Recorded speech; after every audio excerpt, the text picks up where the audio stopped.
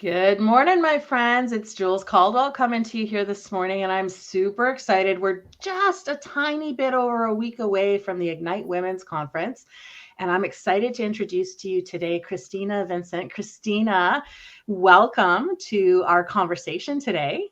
Good morning. Thank you so much for having me, Julie.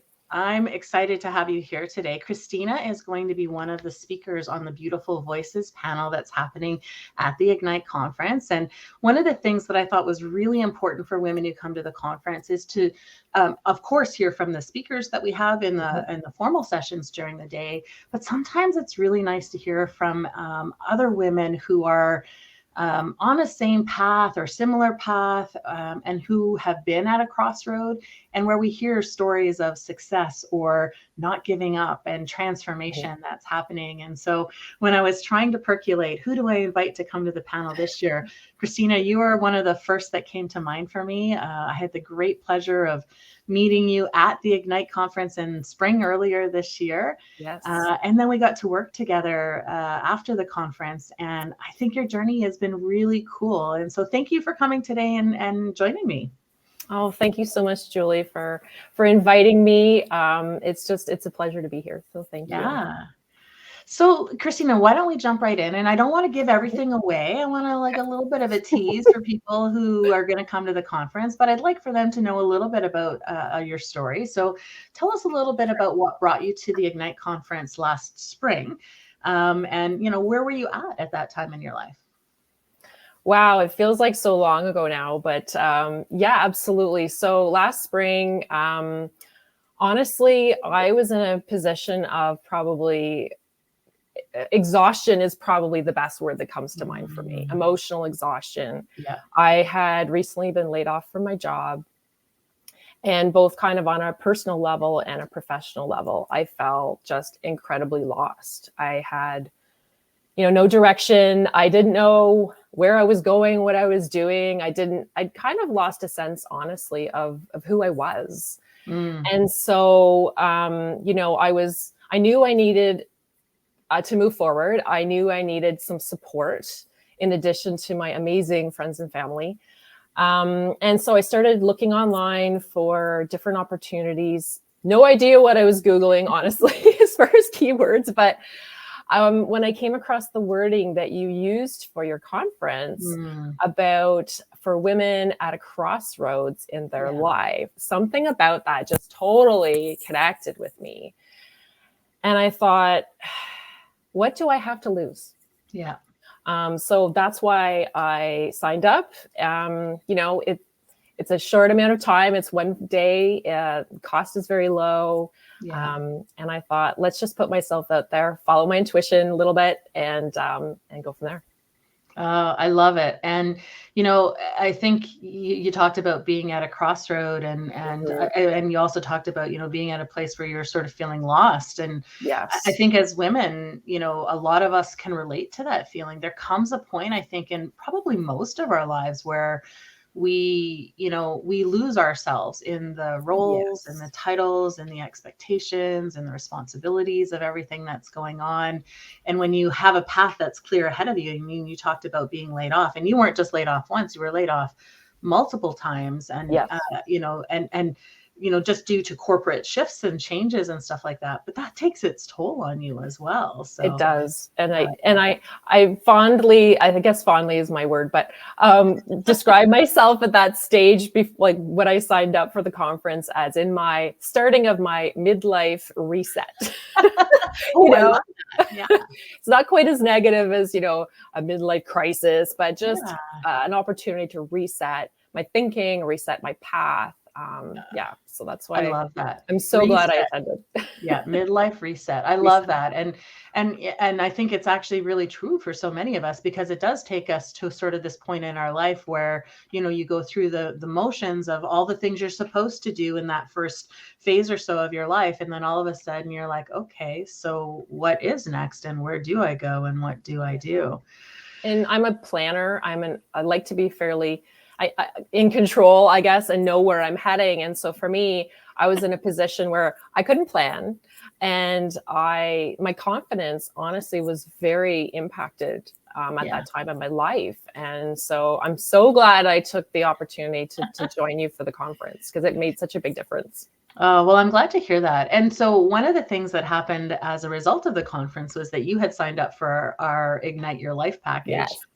Which was a combination of opportunities with all of the speakers, the formal speakers for the day, to work together in different ways. Can you tell us a little bit about what your journey through that experience was like? Sure. I mean, I'll try to keep it brief, because I know we're trying to not give too much away from the secret sauce of the conference next week.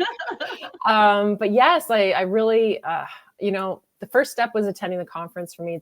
The next big step was really moving forward with the Ignite Your Life package. Yeah. And so I met with Virginia Dawson, and she really got me on the right path for adding more movement into my life. I spoke with and learned from Yetta Decker, learning about life steps and learning about bringing play back into my life, which was so missing. Yeah. I had an opportunity to join Suzanne Hart for a 2-day introduction to mindset mastery. And wow, my mind was just blown. Like, honestly, she's so amazing. Isn't she? She's incredible. Yeah. And one little tidbit that I learned from her was that, things out of our control are going to happen in our life to all of us, but we have 100% control and 100% responsibility for how we deal with those things. And that was a big eye opener for me. And so that's for those 3 speakers were incredible.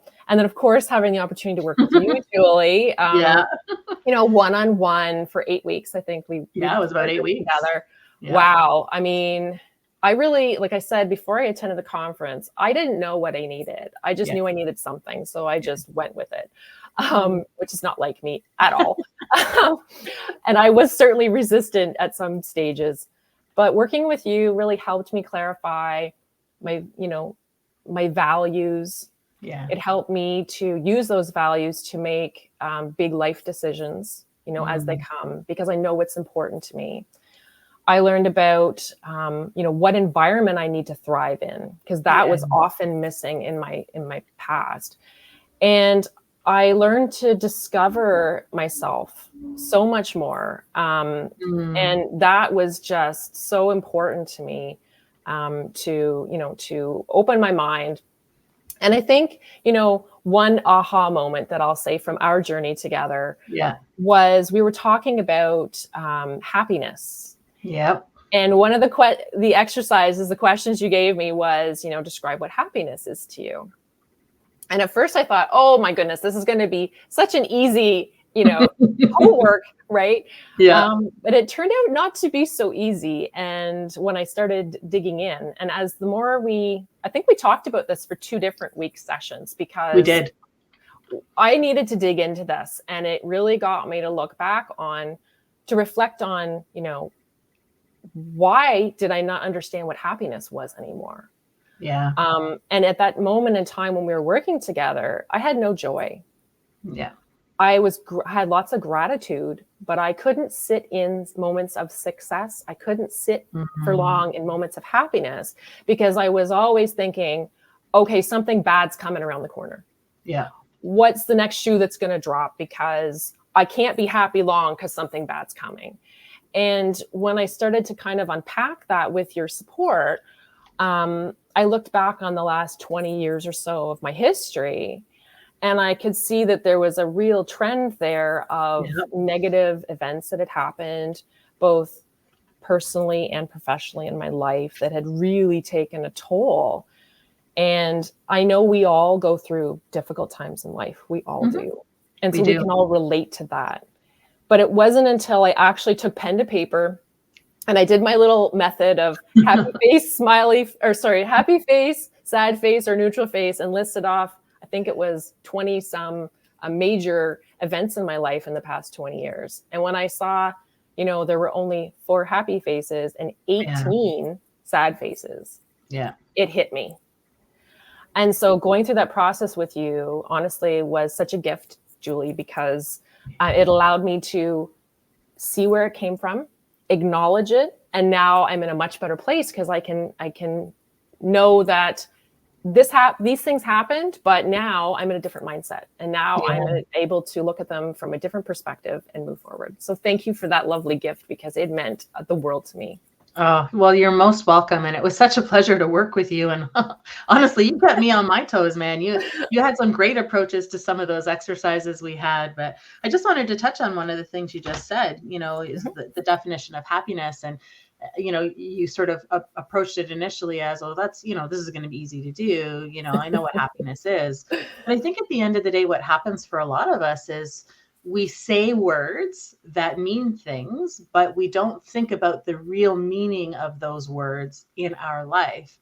And sometimes, having somebody help you stop and pause and reflect and actually think about the words we say and what they mean in reality can be so powerful. And so I love that you actually were open to that opportunity when we were working together, and you really dug in and did some deep diving into some of those areas, and the impact and the aha moments were plentiful for sure in our time working together. They were.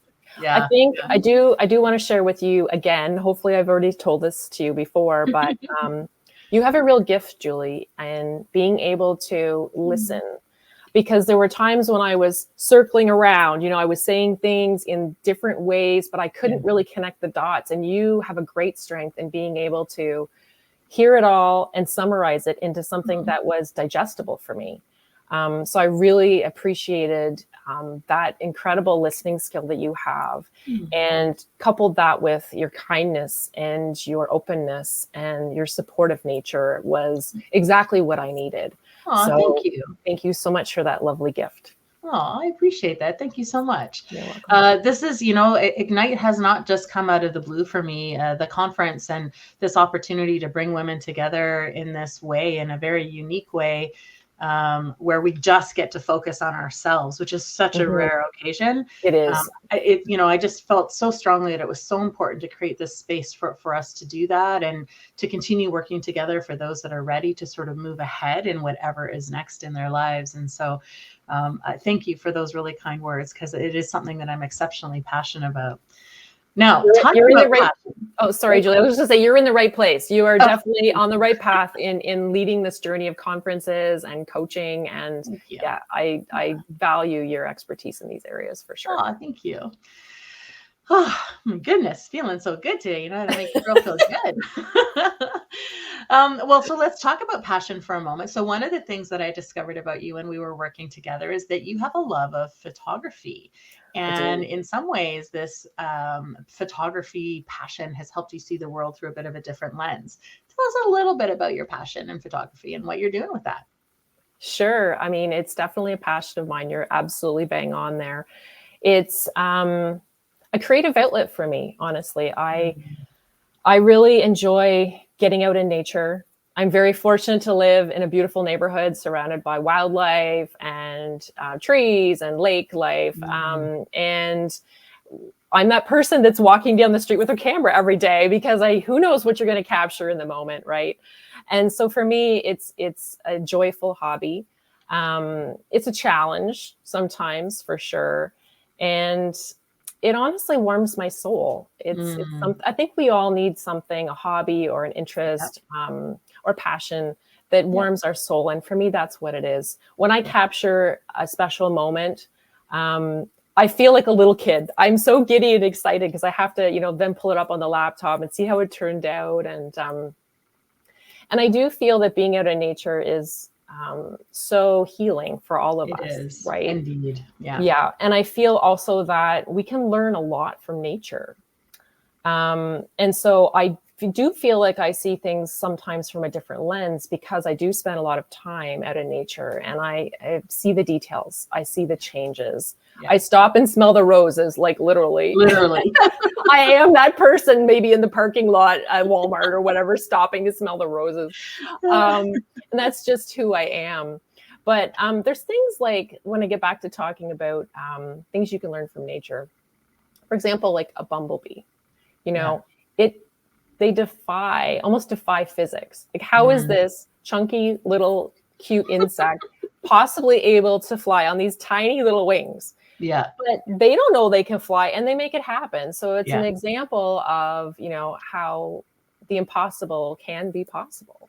Yeah. And it's a bit of a segue, so I hope you'll bear with me a second, but Okay. I promise I'll circle back onto this topic. But when you first asked me to be a panelist for the conference, I was hesitant. And part of that's my introverted nature. Yep. Speaking in public doesn't come easy to me. But I knew that I needed to do it. And I was struggling through this decision-making process. And so I was chatting with my best friend, Victoria.